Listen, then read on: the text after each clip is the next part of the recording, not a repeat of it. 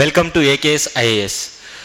So 2018 నుంచి 2024 వరకు వివిధ రాష్ట్రాల్లో జరిగినటువంటి కొన్ని పొలిటికల్ ఇష్యూస్ గురించి ఒక బ్రీఫ్గా చెప్తాను. ఏంటంటే విప్ జారీ చేశారు అంటుంటారు, లేదా ప్రభుత్వ చీఫ్ విప్ అంటూ ఉంటారు, లేదా ఒక పార్టీకి సంబంధించినటువంటి విప్ అంటూ ఉంటారు. What you mean by whip? ఈ విప్ అనేది ఒక రాజకీయ పార్టీకి సంబంధించినటువంటి ఇంపార్టెంట్ పొలిటికల్ ఆఫీస్. ఇక్కడ ఆ పర్సన్ ఏం చేస్తారు అంటే కొన్ని ఇన్స్ట్రక్షన్స్ జారీ చేస్తారు. ఎవరికి అంటే ఆ పార్టీకి సంబంధించినటువంటి ఎలక్టెడ్ ఎమ్మెల్యేస్ కావచ్చు, ఎలక్టెడ్ ఎంపీస్ కావచ్చు, the case maybe it is. అంటే లెజిస్లేటివ్ అసెంబ్లీలో లేదా లెజిస్లేటివ్ కౌన్సిల్లో ఆ పార్టీ తీసుకున్నటువంటి డెసిషన్కి తగ్గట్టుగానే ఆ పార్టీకి సంబంధించినటువంటి ఎమ్మెల్యేలు లేదా ఎంపీలు ఓటింగ్ కావచ్చు లేదా తీసుకున్నటువంటి డెసిషన్ ఫాలో అవ్వాలి. But why we are discussing this? Himachal ప్రదేశ్లో ఒక 6 మంది కాంగ్రెస్ ఎమ్మెల్యేలని డిస్క్వాలిఫై చేయడం జరిగింది. అసలు విప్ జారీకి డిస్క్వాలిఫికేషన్ ఆఫ్ ద ఎమ్మెల్యేకి సంబంధం ఏంటి అంటే, మనకి నార్మల్గా ఎలక్షన్స్ జరిగినప్పుడు లేదా రాజ్యసభ ఎలక్షన్స్ జరిగినప్పుడు కావచ్చు లేదా within the legislature election జరిగినప్పుడు ఎమ్మెల్యేలకి ఓటింగ్ విషయంలో కొన్ని ఇన్స్ట్రక్షన్స్ పాస్ చేస్తూ ఉంటారు. Apart from all this, present కాంటెక్స్ట్కి వస్తే whip violation and disqualification, whip violation and disqualification అంటే విప్ని వయలేట్ చేసినట్టయితే ఆ వ్యక్తి డిస్క్వాలిఫై అయ్యే అవకాశం ఉంటుంది according to 10th schedule of Indian constitution. దాన్నే యాంటీ డిఫెక్షన్ లా అంటాం. ఏంటి ఈ విప్ వయలేషన్ జరగడం ఏంటి? దానికి సంబంధించినటువంటి ఒక ఎమ్మెల్యే కావచ్చు, ఎంపీ కావచ్చు డిస్క్వాలిఫై ఎలా అవుతారంటే, ప్రజెంట్ కాంటెక్స్ట్ ఎందుకు మాట్లాడుకుంటున్నామంటే ఇందాక నేను చెప్పినటువంటి విధంగా హిమాచల్ ప్రదేశ్లో, why it is news, Himachal ప్రదేశ్లో రాజ్యసభ ఎలక్షన్లు జరిగేటువంటి సందర్భంలో ఒక 6 మంది కాంగ్రెస్ ఎమ్మెల్యేలు క్రాస్ ఓటింగ్లో పాల్పడడం జరిగింది. ఈ 6 మంది కాంగ్రెస్ ఎమ్మెల్యేలని speaker of the Himachal Pradesh legislative assembly disqualify చేశారు. ఎందుకు అంటే కాంగ్రెస్ పార్టీ ఇచ్చినటువంటి డైరెక్షన్కి వీళ్ళు ఎగెనిస్ట్గా ఓటింగ్ చేశారు కాబట్టి. నౌ లెట్స్ సే అసలు విప్ అంటే ఏంటి? It is A political instruction giving to the particular MLAs కావచ్చు, ఎంపీస్ కావచ్చు. అండ్ టైప్స్ ఆఫ్ విప్ ఒకసారి డిస్కస్ చేస్తాం. అంటే కాన్స్టిట్యూషనల్ స్టేటస్ అంటే ఈ విప్ అనేటువంటి ఇన్స్ట్రక్షన్కి రాజ్యాంగ బద్ధమైనటువంటి అధికారం ఉందా? సుప్రీంకోర్టు జడ్జిమెంట్స్ ఏమైనా దీనికి సంబంధించినటువంటి అంశాలు ఉన్నాయా? ద మోస్ట్ ఇంపార్టెంట్లీ ఇక్కడ మీరు చూస్తే ఎందుకు న్యూస్లో ఉంది ఆల్రెడీ డిస్కస్ చేశాం. అబౌట్ విప్ వచ్చేస్తే ద కాన్సెప్ట్ ఆఫ్ విప్ అటు రాజ్యాంగంలో లేదు, అదేవిధంగా పార్లమెంటరీ స్టాట్యూట్స్ అంటే పార్లమెంట్కి సంబంధించినటువంటి ఏదైతే మనకి చట్టాలు ఉంటాయో వాటిల్లో కూడా ఎక్కడా లేదు. కాకపోతే బ్రిటిష్ కొలోనియల్ ఎరా నుంచి మనం దాన్ని సింపుల్గా గ్రహించుకోవడం జరిగింది. విప్ అంటే ఏంటి? It's a written order. లిఖితపూర్వకంగా ఆ పొలిటికల్ పార్టీకి సంబంధించినటువంటి వ్యక్తి, లెట్సే ఆప్ అనేటువంటి పొలిటికల్ పార్టీకి సంబంధించినటువంటి ఎమ్మెల్యేలు ఈ పర్టికులర్ ఎక్స్ అనే బిల్కి సంబంధించినటువంటి ఓటింగ్లో పాల్గొనాలి. ఈ ఎక్స్ అనే బిల్కి సంబంధించి ఓటింగ్ ఎస్ చేయాలా, నో చెప్పాలంటే ఫేవర్గా వేయాలా, ఇన్ ఫేవర్గా ఓటింగ్ వేయాలని చెప్పేసి ఆల్రెడీ ఆప్ అనేటువంటిది ఇన్స్ట్రక్షన్ ఇస్తుంది. దాన్నే విప్ అంటాం. ఇప్పుడు ఈ విప్ ఇచ్చినటువంటి ఇన్స్ట్రక్షన్స్కి ఎగెనిస్ట్గా ఎవరైనా ఎమ్మెల్యేలు కావచ్చు, ఎంపీలు కావచ్చు వయలేట్ చేసినట్టయితే వారిపైన స్పీకర్కి కంప్లైంట్ చేయడం జరుగుతుంది. So simple concept. So it is a written order that political party issued to its member for being present and voting in the house. So ఇది బ్రిటిష్ ప్రాక్టీస్ నుంచి తీసుకున్నాం. ఎక్కడా కూడా లా మేకింగ్లో కావచ్చు కాన్స్టిట్యూషన్ స్టేటస్ ఈ విప్ అనేటువంటి దానికి లేదనమాట. Now types of whip, this question might be your prelims because మనకి టైప్స్ ఆఫ్ విప్ అనేటువంటిది చాలా చాలా ఇంపార్టెంట్. సింపుల్గా మనకి 3 రకాల విప్స్ ఉంటాయి. 1 liner whip, 2 liner whip, 3 liner whip. So ఈ 1 లైనర్ విప్ అంటే అర్థం ఏంటంటే ఒక పొలిటికల్ పార్టీకి సంబంధించినటువంటి రిప్రజెంటేటివ్ నా పర్టికులర్ ఎమ్మెల్యేలు అందరూ కూడా రేపు ఓటింగ్ ఉంది, హౌస్లో ఓటింగ్ ఉంది అని నేను చెప్పినట్టయితే దాన్ని సింగిల్ లైన్ విప్ అంటాం లేదా 1 లైన్ విప్ అంటాం. సో 1 లైన్ విప్ అంటే to inform the members about a vote. ఇక్కడ మెంబర్స్ అంటే ఎవరు? ఎలక్టెడ్ మెంబర్స్, లెజిస్లేటివ్ మెంబర్స్ కావచ్చు, పార్లమెంట్ సభ్యులు కావచ్చు. సో ఇప్పుడు బీజేపీ అనేటువంటి పార్టీ ఆ పార్టీకి సంబంధించినటువంటి ఎంపీలకి రేపు లోక్సభలో ఓటింగ్ అనేటువంటిది నిర్వహించబోతున్నారు సోన్సన్ పర్టికులర్ బిల్ పైన అని ఇన్స్ట్రక్షన్ జారీ చేస్తే దాన్ని ఆ ఇన్ఫర్మేషన్ ఇచ్చినట్టయితే దాన్ని 1 లైన్ విప్ అంటాం. ఈ 1 లైన్ విప్ ఇన్స్ట్రక్షన్ ఇచ్చిన తర్వాత ఎమ్మెల్యేలు అనేటువంటి వాళ్ళు ఓటింగ్కి రావచ్చు, రాకపోవచ్చు. ఎక్కడా కూడా ఓటింగ్కి రావాలని కంపల్సరీ ఇక్కడ లేదు. అంటే it is single line whip giving information only. 2 line whip వచ్చేసి 2 లైన్ విప్ అంటే రేపు సభలో ఓటింగ్ అనేది ఉంది అండ్ మీరు ప్రెజెంట్ అవ్వాలి. సో ఇక్కడ ఏం చెప్తుంది, ఓటింగ్ అనేటువంటిది ఉంది హౌస్లో, ప్లస్ మీరందరూ కూడా ప్రెజెంట్ అవ్వాలి, సభ్యులందరూ కూడా ప్రెజెంట్ అవ్వాలి. ఇట్లా ఇన్స్ట్రక్షన్ ఇచ్చినట్టయితే దాన్ని 2 లైన్ విప్ అంటాం. The most important 3 line whip వచ్చేసి మనకు అర్థం ఏంటంటే రేపు ఓటింగ్ ఉంది అండ్ మీరందరూ కూడా హౌస్లో ప్రెజెంట్ అవ్వాలి అండ్ సేమ్ టైం పార్టీ ఇచ్చినటువంటి గైడ్ లైన్స్ మేరకు, పార్టీ ఇచ్చినటువంటి ఇన్స్ట్రక్షన్ మేరకు మీరు ఆ పర్టికులర్ బిల్కి ఫేవర్గా ఓటింగ్ చేయాలా, ఎగెనెస్ట్గా ఓటింగ్ చేయాలా. ఇలాంటి సందర్భాల్లో పార్టీ ఇచ్చినటువంటి గైడ్ లైన్స్ని తప్పనిసరిగా పాటించాలి. సో ఇది 3 లైన్ విప్ అంటాం. సో 1 లైన్ విప్ అంటే ఓటింగ్ ఉంది అని ఇన్ఫర్మేషన్ ఇవ్వడం. 2 లైన్ విప్ అంటే ఓటింగ్ ఉంది, మీరందరూ కూడా హౌస్లో ప్రెజెంట్ అవ్వాలి. 3 లైన్ విప్ అంటే ఓటింగ్ ఉంది, you have to present and present అయిన తర్వాత సభలో వచ్చిన తర్వాత పార్టీ ఇచ్చినటువంటి ఆదేశాల మేరకు మీరు ఓటింగ్లో పాల్గొనాలి. పార్టీ ఇచ్చినటువంటి ఆదేశాల మేరకు అంటే పార్టీ ఇన్ ఫేవర్గా ఓటింగ్ చేయమందా లేదా పార్టీ ఎగెనెస్ట్గా ఓటింగ్ చేయమందా. సో పార్టీ ఇచ్చినటువంటి గైడ్ లైన్స్ మేరకే మీరు పాటించాలి, ఫాలో అవ్వాలి. ఒకవేళ first line, second line or first line whip, 1 line whip, 2 line whip violate చేసినట్టయితే ఏమీ కాదు. కమింగ్ టు 3 లైన్ విప్ ఏదైతే ఉందో, ఈ 3 లైన్ విప్ ఏదైతే ఉందో అది వైలేట్ చేసినట్టయితే నౌ ద విప్ ఆ పర్టికులర్ పొలిటికల్ పార్టీకి సో కాల్డ్ ఎమ్మెల్యేని కానివ్వండి, ఎంపీని కానివ్వండి డిస్క్వాలిఫై చేయమని రికమెండ్ చేసేటువంటి అధికారం ఉంటుంది according to 10th schedule of Indian constitution. Please to remember this point. 3 line whip ఎవరైతే వైలేట్ చేస్తారో they will attract to disqualification. They will attract to disqualification. Please to remember this point. Disqualification అనేది 10th schedule ప్రకారం anti defection law ఏదైతే మనకి చట్టం చేశారో దాని ప్రకారం డిస్క్వాలిఫై చేసేటువంటి అధికారం ఉంటుంది.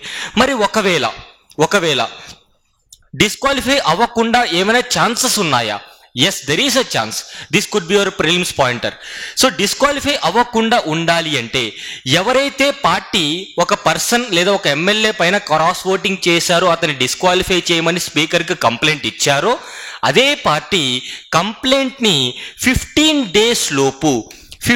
డేస్ లోపు కండోన్ చేసినట్టయితే అంటే క్షమించి వదిలేసినట్టయితే ఆ సభ్యుణ్ణి అప్పుడు ఆ వ్యక్తి డిస్క్వాలిఫై అవ్వకుండా ఉండవచ్చు అనమాట. నౌ ఇక్కడ speaker has to act very neutrally. ఏం చేయాలి? పార్టీకి సంబంధించినటువంటి విప్ ఎవరైతే కంప్లైంట్ ఇచ్చారో ఇదిగో సో కాల్డ్ పర్సన్, ఎమ్మెల్యే కావచ్చు, ఎంపీ కావచ్చు, ఇతను పార్టీ ఇచ్చినటువంటి గైడ్ లైన్స్ ఫాలో అవ్వట్లేదు, కాబట్టి ఇతన్ని డిస్క్వాలిఫై చేయండి అని ఎప్పుడైతే స్పీకర్ను కోరడం జరుగుతుందో స్పీకర్ కంపల్సరిగా వెరిఫికేషన్ అనేది చేసి వారి యొక్క విచారణ అంతా జరిపి వారిని డిస్క్వాలిఫై చేసేటువంటి అవకాశం ఉంటుంది. ఆ డిస్క్వాలిఫికేషన్ జరగకుండా ఉండాలి అంటే ఎవరైతే కంప్లైంట్ ఇచ్చారో 15 days లోపు కంప్లైంట్ని వెనక్కి తీసుకున్నట్టయితే డిస్క్వాలిఫికేషన్ అయ్యేటువంటి అవకాశం లేదు. ఇది 3 line whip. Now the point is ఇక్కడ ఏం జరిగింది అంటే రాజ్యసభ ఎలక్షన్స్లో హిమాచల్ ప్రదేశ్లో విప్ జారీ చేయడం జరిగింది. అదేంటి? రాజ్యసభ ఎలక్షన్స్కి విప్కి ఏంటి సంబంధం అంటే చెప్తాను. మనకి రాజ్యసభ సభ్యులందరినీ కూడా స్టేట్స్ నుంచి రిప్రజెంటేటివ్స్గా ఎలక్ట్ చేసుకోవడం జరుగుతుంది. ఎవరు ఎలక్ట్ చేసుకుంటారు? ఎమ్మెల్యేస్ ఎలక్ట్ చేసుకుంటారు. నౌ ఈ రాజ్యసభ ఎలక్షన్స్లో కరప్షన్ అనేది జరగకుండా ఉండడం కోసం, ట్రాన్స్పరెన్సీ కోసం ఓపెన్ బ్యాలెట్ వ్యవస్థ లేదా ఓపెన్ బ్యాలెట్ ఎలక్షన్ సిస్టమ్ అనేది 2003 నుంచి తీసుకురావడం జరిగింది. ఫైన్. అంటే నేను ఒక ఎమ్మెల్యేని, నేను ఎవరికి ఓటు వేయాలనుకుంటున్నానో ఆథరైజ్డ్ పర్సన్కి ఆ ఎవరికి ఓటు వేస్తున్నానో చూపించి ఓటు వేయాలి. అన్ఆథరైజ్డ్ పర్సన్స్కి చూపిస్తే అతను ఓట్ అనేటువంటిది ఇన్వాలిడేట్ అవుతుంది. అట్ ద సేమ్ టైం అతన్ని డిస్క్వాలిఫై చేసేటువంటి అవకాశం కూడా ఉంటుంది. అంటే రాజ్యసభ ఎలక్షన్ అనేది ఓపెన్ బ్యాలెట్ సిస్టమ్. నౌ ఇక్కడ 6 మంది కాంగ్రెస్ ఎమ్మెల్యేలు అని చెప్పాను కదా, వాళ్ళందరూ కూడా క్రాస్ ఓటింగ్ చేశారు. క్రాస్ ఓటింగ్ అంటే కాంగ్రెస్ ఇచ్చినటువంటి డైరెక్షన్కి భిన్నంగా వాళ్ళు బీజేపీ వ్యక్తికి ఓట్ చేయడం జరిగింది. సో ఈ కాంటెక్స్ట్లో ఏం మాట్లాడుకుంటున్నామంటే, ఆ సో కాల్డ్ బీజేపీకి సంబంధించినటువంటి వ్యక్తి హీ వెంట్ టు ఎలక్షన్ కమిషన్కి వెళ్ళాడు. ఏమని? రాజ్యసభ ఎలక్షన్స్లో విప్ జారీ చేసేటువంటి అధికారం ఏ పార్టీకి కూడా లేదు. ఎందుకంటే ఈ రాజ్యసభ ఎలక్షన్ అనేది అసెంబ్లీకి సంబంధించినటువంటి అంశం కాదు. ఇక్కడ ఏం చెప్పాను? విప్ జారీ అనేది రేపు హౌస్లో ఓటింగ్ ఉంది, మీరు ప్రెజెంట్ అవ్వాలి, ఓట్ వేయాలి. కానీ ఇక్కడ రాజ్యసభ ఎలక్షన్స్ అనేటువంటిది ఎమ్మెల్యేలు లెజిస్లేటివ్ అసెంబ్లీలో ఎక్కడా కూడా ఓటింగ్ చేయట్లేదు. అంటే Rajya Sabha election is different or out of the boundary from legislative affairs of the assembly. So అందుకని చెప్పేసి ఈవెన్ 2017లో కూడా సుప్రీంకోర్టు ఇచ్చినటువంటి ఒక జడ్జిమెంట్ ఉంది మనకి. 2017లో సుప్రీంకోర్టు ఏం జడ్జిమెంట్ ఇచ్చిందంటే, రాజ్యసభ ఎలక్షన్స్లో విప్ జారీ చేసేటువంటి అధికారం ఏ పొలిటికల్ పార్టీకి లేదు అని చెప్పడం జరిగింది. మరి ఇప్పుడు కాంగ్రెస్ పార్టీ విప్ జారీ చేసింది, ఇది ఎగెనెస్ట్ టు ద చట్టం కాబట్టి ఎలక్షన్ కమిషన్కి బీజేపీకి సంబంధించినటువంటి ఎంపీ ఒకరు కంప్లైంట్ చేయడం జరిగింది. అందుకు మనము ఈ టాపిక్ గురించి మాట్లాడుకోవడం జరుగుతుంది. ఫంక్షన్స్ ఆఫ్ ద విప్ వచ్చేసి క్రూషియల్ రోల్ ప్లే చేస్తుంది. ఏ విషయంలో? Smooth and efficient conduct of business on the floor of the house. ఇక్కడ చూడండి, అంటే హౌస్లో జరగబోయేటువంటి ఓటింగ్కి సంబంధించిన అంశం మాత్రమే ఈ యొక్క ఫంక్షన్ అన్నమాట. విప్ యొక్క ఫంక్షన్ ఏంటి? సభలో ఓటింగ్ జరగడం, సభలో ప్రెజెంట్ అవడం, దీనికి విషయాలు మాత్రమే చూసుకోవాలి విప్ అనేది. రాజ్యసభ ఎలక్షన్స్కి విప్ జారీ చేసేటువంటి అధికారం లేదు అని క్లియర్గా మనకి సుప్రీంకోర్టు గైడ్ లైన్స్ ఉన్నాయి. Now he is charged with the responsibility. ఇక్కడ హీ అంటే ఎవరు? ద సీనియర్ మోస్ట్ వ్యక్తి ఎవరైతే ఆ పార్టీకి సంబంధించి ఉంటారో అతన్ని విప్గా అపాయింట్ చేస్తారు. సో విప్ అంటే ఏం చెప్పాను? So political office of a house. Now responsibility of ensuring the attendance office party members. ఇక్కడ పార్టీ మెంబర్స్ అంటే ఎలక్ట్ అయినటువంటి మెంబర్స్ సభలో ఉండే విధంగా చూసుకోవడం జరుగుతుంది. సో ఓవరాల్గా మీరు గమనిస్తే సుప్రీంకోర్టు జడ్జిమెంట్ కూడా ఒకసారి చూసేద్దాం. And before that constitutional status for the whip. So రాజ్యాంగబద్ధంగా ఏమైనా మనకి విప్ అనేటువంటిది మెన్షన్ చేశారా? అంటే రాజ్యాంగంలో ఎక్కడైనా విప్ అనేటువంటి అంశం గురించి మెన్షన్ చేశారంటే ఆఫీస్ ఆఫ్ విప్ అనేది neither mentioned in the Constitution of India nor in the rules of the House nor in the parliamentary. అంటే పార్లమెంటరీ చట్టంలో కానీ, రూల్స్ ఆఫ్ ద హౌస్ అంటే సభ నడుపుకోవడానికి కావాల్సినటువంటి రూల్స్ ఫ్రేమ్ చేస్తారు కదా, అందులో కానీ రాజ్యాంగంలో ఎక్కడా కూడా విప్ అనేటువంటి ఆఫీస్ గురించి మెన్షన్ చేయలేదు. So this could be your prelims pointer. So office of whip is mention in the constitution of India అంటారు, కానీ కాన్స్టిట్యూషన్ ఆఫ్ ఇండియాలో మెన్షన్ చేయలేదు. Now non applicability of whip అంటే విప్ అనేటువంటిది ఏ అంశాల్లో అప్లై అవ్వదు అంటే, ప్రెసిడెంట్ ఆఫ్ ఇండియా ఎలక్షన్స్లో ఎమ్మెల్యేలకి ఎంపీలకి ఇదిగో ఈ పార్టీకి సంబంధించినటువంటి మన పార్టీకి సంబంధించిన ఎమ్మెల్యేలందరూ కూడా ఈ క్యాండిడేట్కే మీరు ఓటింగ్ వేయాలి అని విప్ జారీ చేసేటువంటి అధికారం పొలిటికల్ పార్టీకి లేదు. At the same time 2017 Supreme Court judgment ప్రకారం రాజ్యసభ ఎలక్షన్స్కి కూడా విప్ జారీ చేసేటువంటి అధికారం లేదని సాక్షాత్తు సుప్రీంకోర్టు మనకి హానరబుల్ సుప్రీంకోర్టు చెప్పడం జరిగింది. సో ఈ కాంటెక్స్ట్లో ఎలక్షన్ కమిషన్ ఆఫ్ ఇండియా అనేటువంటిది సుప్రీంకోర్టు ఇచ్చినటువంటి గైడ్ లైన్స్ ప్రకారం 2017 నుంచి రాజ్యసభ ఎలక్షన్స్లో విప్ జారీ చేసేటువంటి అధికారం లేదు అని చెప్పేసి చెప్పడం జరిగింది. నౌ సుప్రీంకోర్టు గైడ్ లైన్స్ ఇక్కడ ఇచ్చాను. So how the court ruled. So court గతంలో ఏం చెప్పింది, 2017లో ఏం క్లారిఫికేషన్ ఇచ్చింది అంటే, ఓపెన్ బ్యాలెట్ సిస్టమ్ ఏదైతే ఇంట్రడ్యూస్ చేశారో దాన్ని మేము అప్హోల్డ్ చేస్తున్నాము, అంటే యాక్సెప్ట్ చేస్తున్నాము. At the same time whip జారీ అనేటువంటిది రాజ్యసభ ఎలక్షన్స్లో ఉండకూడదు, వద్దు అని చెప్పడం జరిగింది. సో ఇది సుప్రీంకోర్టు ఇచ్చినటువంటి గైడ్లైన్స్. నౌ 2-3 టేక్ పాయింట్స్ ఇక్కడ. ఒకటి, 1 లైన్ 2 లైన్ 3 లైన్ విప్ చాలా ఇంపార్టెంట్. ఏ విప్ వయలేట్ చేస్తే డిస్క్వాలిఫికేషన్కి గురవుతాం, అది చాలా ఇంపార్టెంట్.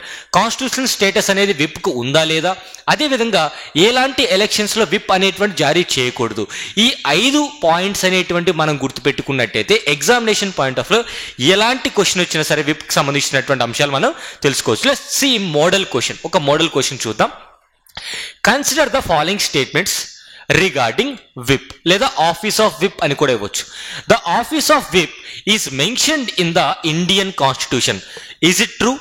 Definitely wrong statement. ఎందుకు? ఆఫీస్ ఆఫ్ విప్ అనేది అటు కాన్స్టిట్యూషన్లో లేదు, రూల్స్ ఆఫ్ ద ఈ యొక్క బిజినెస్ రూల్స్లో కూడా ఎక్కడ కూడా మెన్షన్ చేయలేదు, అండ్ పార్లమెంటరీ స్టాట్యూట్స్ అంటే పార్లమెంట్ చట్టాల్లో కూడా ఎక్కడా లేదు. So statement 1 wrong. And all parties can issue a whip to their members, అంటే ప్రతి ఒక్క రాజకీయ పార్టీ అనేటువంటిది వారి యొక్క సభ్యులకి, ఎలక్టెడ్ అయినటువంటి సభ్యులకి విప్ జారీ చేసేటువంటి అవకాశం ఉంటుంది. That is true. So only 2 is the right answer. Only 2 is the right answer. ఇక్కడ ఏమడుగుతున్నారు? Which of the following are correct statement అడుగుతున్నారు. ఎప్పుడైనా గుర్తుపెట్టుకోండి, వెన్ యువర్ సాల్వింగ్ ఎంసిక్యూస్ ఇది డేటాగా కన్సిడర్ చేసుకోండి. ఇక్కడ పైన ఇచ్చినటువంటి పాయింట్స్ డేటా, ఇది రియల్ క్వశ్చన్ అన్నమాట. ఎందుకంటే ఇక్కడ 2 స్టేట్మెంట్స్ ఇచ్చారు, ఇక్కడ కరెక్ట్ ఇచ్చారా ఇన్కరెక్ట్ ఇచ్చారో చూసుకోవాల్సినటువంటి రెస్పాన్సిబిలిటీ మంది. ఎందుకంటే రీసెంట్గా జరిగినటువంటి ఏపీపీఎస్సీ గ్రూప్ 2 ఎగ్జామ్లో ఈ కరెక్ట్, నాట్ కరెక్ట్ లేదా ఇన్కరెక్ట్ అనేటువంటి వర్డ్ చూసుకోకుండా రాంగ్ ఆన్సర్స్ అనేటువంటి టిక్ చేసి చాలామంది వాల్యుబుల్ మార్క్స్ పోగొట్టుకోవడం జరిగింది. సో ఇలాంటి మనకి ఎంత సబ్జెక్ట్ వచ్చినా సరే ప్రెజెన్స్ ఆఫ్ మైండ్ అనేది చాలా ఇంపార్టెంట్. సో ఇది B is the right answer.